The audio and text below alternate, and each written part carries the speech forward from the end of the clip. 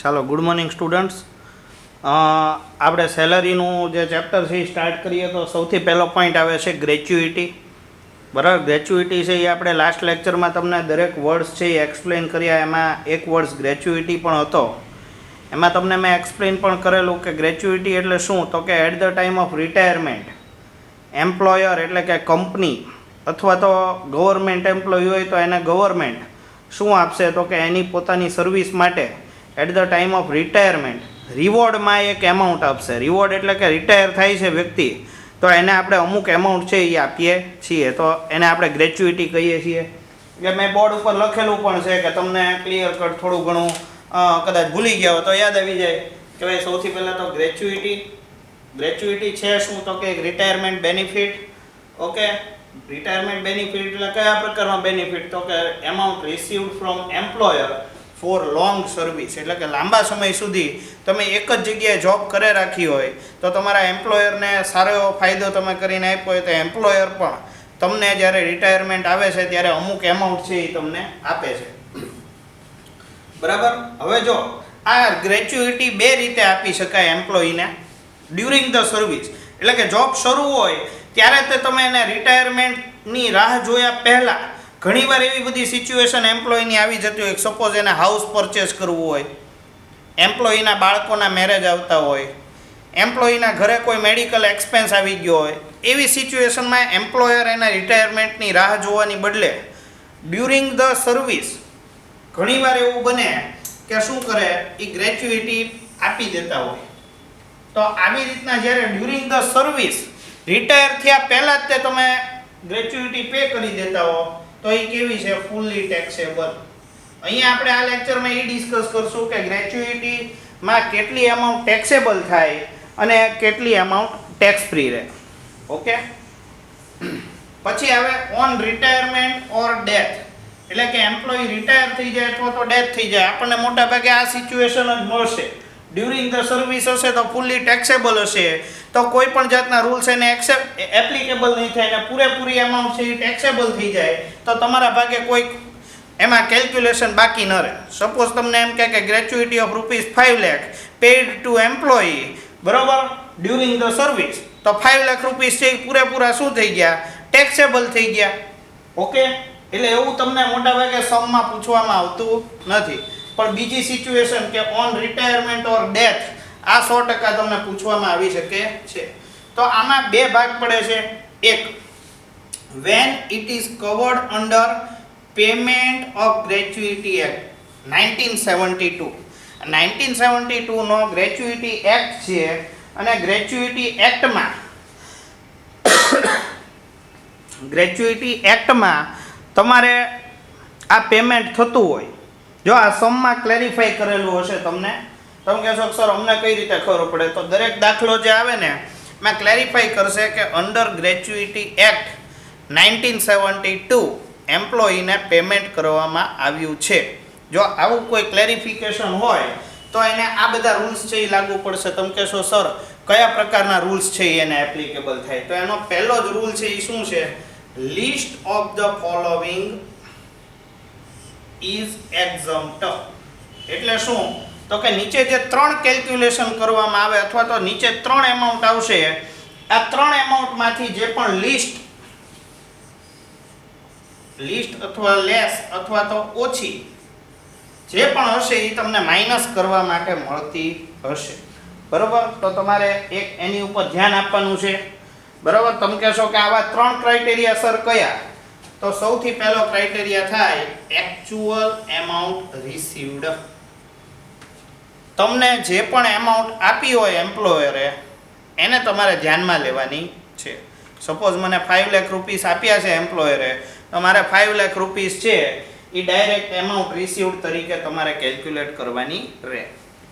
Second criteria શું છે, તો કે last drawn salary including dearness allowance. Means તો કે મને જે પણ સેલરી મળી છે એ ડ્રોન એટલે છેલ્લા મહિનામાં મેં જે પણ સેલરીની એમાઉન્ટ મેળવી છે એ એમાઉન્ટ જેમાં ડિયરનેસ એલાઉન્સ છે એ ઇન્ક્લુડ થયેલું હશે. જો દાખલામાં આવું તમને માહિતી આપેલી હશે, અત્યારે મારા શબ્દો થોડાક તમને હેવી લાગતા હોય, ઇટ્સ ઓકે, વાંધો નહીં, આપણે જવાનો દાખલો ગણશું એટલે બહુ ઇઝી થઈ જશે. તમને તરત જ ખ્યાલ આવી જશે કે સર આને બેઝિક સેલરી કહેવાય, આને ડિયરનેસ એલાઉન્સ કહેવાય, એ ઓટોમેટિકલી તમને ખ્યાલ આવવા મળશે. તો તમારે પહેલાં તો શું ધ્યાનમાં લેવાનું, લાસ્ટ ડ્રોન સેલરી એટલે કે છેલ્લે જે પણ સેલરી તમને રિસીવ થયો હોય એ એમાં ડિયરનેસ એલાઉન્સ ઇન્ક્લુડ થયેલું હોવું જોઈએ. પછી આનો એક રૂલ છે તમારે યાદ રાખવાનો, 15 ડેઝ 1 મંથ હોય એમાં કેટલા નંબર ઓફ ડેઝ તમારે ધ્યાનમાં લેવાના, 15 ડેઝ. અને તમારા વર્કિંગ ડેઝ કેટલા હોય તો કે 26 ડેઝ. આ નંબર ઓફ ડેઝ આપણે લખેલા છે એટલે કે 15 ડિવાઇડેડ બાય 26 15 ભાગ્યા 26 multiply by completed years. Completed years એટલે શું તો કે તમે જોબ કેટલા વર્ષ સુધી કરેલી છે. તો એમાં જે પણ કમ્પ્લીટેડ યર હોય એ તમારે ધ્યાનમાં લેવાના. પણ આ કમ્પ્લીટેડ યરમાં પણ એક ક્રાઇટેરિયા છે. સપોઝ હું 10 યર્સ એટલે કે 10 વર્ષ માટે જોબ કરું છું તો 10 યર્સ પ્લસ 3 મંથ્સ થતા હોય એટલે કે 10 વર્ષ અને 3 મહિના માટે મેં નોકરી કરી હોય, જોબ કરી હોય, તો મારે નંબર ઓફ કમ્પ્લીટેડ યર્સ છે અહીંયા કેટલા લખવાના, 10. ખાસ યાદ રાખજો, હું અહીંયા 10 યર્સ અને 3 મંથ્સની જોબ કરું છું તો મારે અહીંયા કમ્પ્લીટેડ યર કેટલા લખવાના છે, 10. પણ સપોઝ હું અહીંયા 3 મંથની બદલે 7 મંથ છે એ જોબ કરું છું તો મારે અહીંયા 10 મલ્ટીપ્લાય બાય 10 નથી કરવાનું, મલ્ટીપ્લાય બાય કેટલું કરવાનું છે, 11. એટલે અહીંયા ક્રાઇટેરિયા શું છે, taking access of 6 month as 1 year. એટલે કે જ્યારે તમે જોબ મોર ધેન 6 મંથ્સ કરેલી છે ત્યારે એવી સિચ્યુએશનમાં તમારે 1 યર છે એ એક્સ્ટ્રા કાઉન્ટ કરવાનું થશે. ઓકે. અને આપણો જે થર્ડ ક્રાઇટેરિયા છે એ ₹20 lakhs 20 લાખ રૂપિયા. ઓકે. તો તમારા 3 વસ્તુઓને ધ્યાનમાં રાખવાની છે અને જે પણ લિસ્ટ એટલે કે ઓછામાં ઓછી રકમ હોય એ તમારે આમાં ધ્યાનમાં લેવી પડે. બરાબર. તો એકોર્ડિંગ ટુ જ્યારે આમાં કેલ્ક્યુલેશન ગ્રેચ્યુઇટી એક્ટ 1972 મુજબ ચાલતી હોય ત્યારે બીજી સિચ્યુએશન શું હોઈ શકે તો કે બીજી સિચ્યુએશન એવી હોઈ શકે કે જેમાં ગ્રેચ્યુઇટી એક્ટ એપ્લિકેબલ થયો નથી. જો અહીંયા લખ્યું છે not covered under gratuity act. એવી સિચ્યુએશન હોય તો પણ લિસ્ટ ઓફ ધ 3 એટલે કે નીચેના 3 માંથી ઓછું હોય, લેસ હોય એ ધ્યાનમાં લેવાનું છે. તેમાં પહેલો ક્રાઇટેરિયા શું છે તો કે એમાઉન્ટ રિસીવ્ડ છે એ તમારો પહેલો ક્રાઇટેરિયા.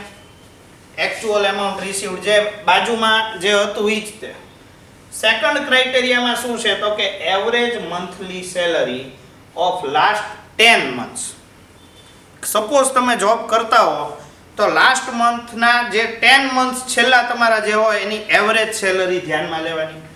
Multiply by 1/2. અહીંયા આગળ 15 ડેઝ અને 26 ડેઝ વાળો ક્રાઇટેરિયા નથી, 1/2 તમારે લેવાનું રહે. કમ્પ્લીટેડ યર્સ ઓફ સર્વિસ એમાં તમારે ઇગ્નોરિંગ મંથ્સ એટલે કે સપોઝ મેં અહીંયા 10 યર્સ અને અહીંયા 6 મંથની જોબ કરી હોય તો મારે ધ્યાનમાં લેવાના નથી.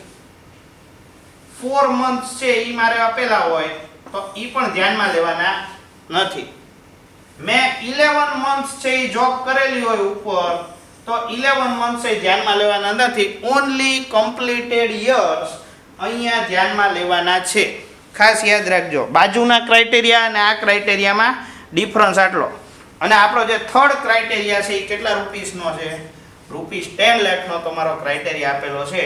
આ ત્રણમાંથી જે પણ ઓછું હોય એ તમારે ધ્યાનમાં લેવાનું છે. તો આજના દિવસ પૂરતા માત્ર ગ્રેચ્યુઇટીના તમને રૂલ્સ છે એ મેં એક્સપ્લેન કરી દીધા. ઓકે. તમને આજે બીજું કાંઈ હું વધારે શીખવાડતો નથી. માત્ર આજના દિવસમાં વિડીયો જુઓ, ગ્રેચ્યુઇટીના રૂલ્સ છે એ તમે પરફેક્ટલી મેં તમને એક્સપ્લેન કરી એ એક વખત સમજી લ્યો. કાલે દાખલા ગણશું એટલે બિલકુલ ક્લિયર થઈ જશે. ઓકે. અત્યારે આટલું રાખીએ છીએ.